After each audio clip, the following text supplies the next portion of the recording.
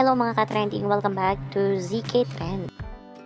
Ilang minuto na nga lang ay magsisimula na nga ang launching ng pangalawang album ni Belle na pinamagatang An Solemn.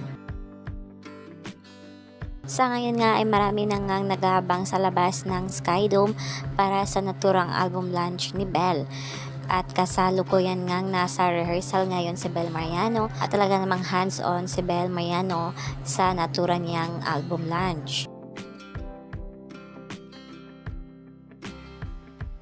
Maririnig pa nga na kumakanta itong si Belle sa labas nga ng Skydome.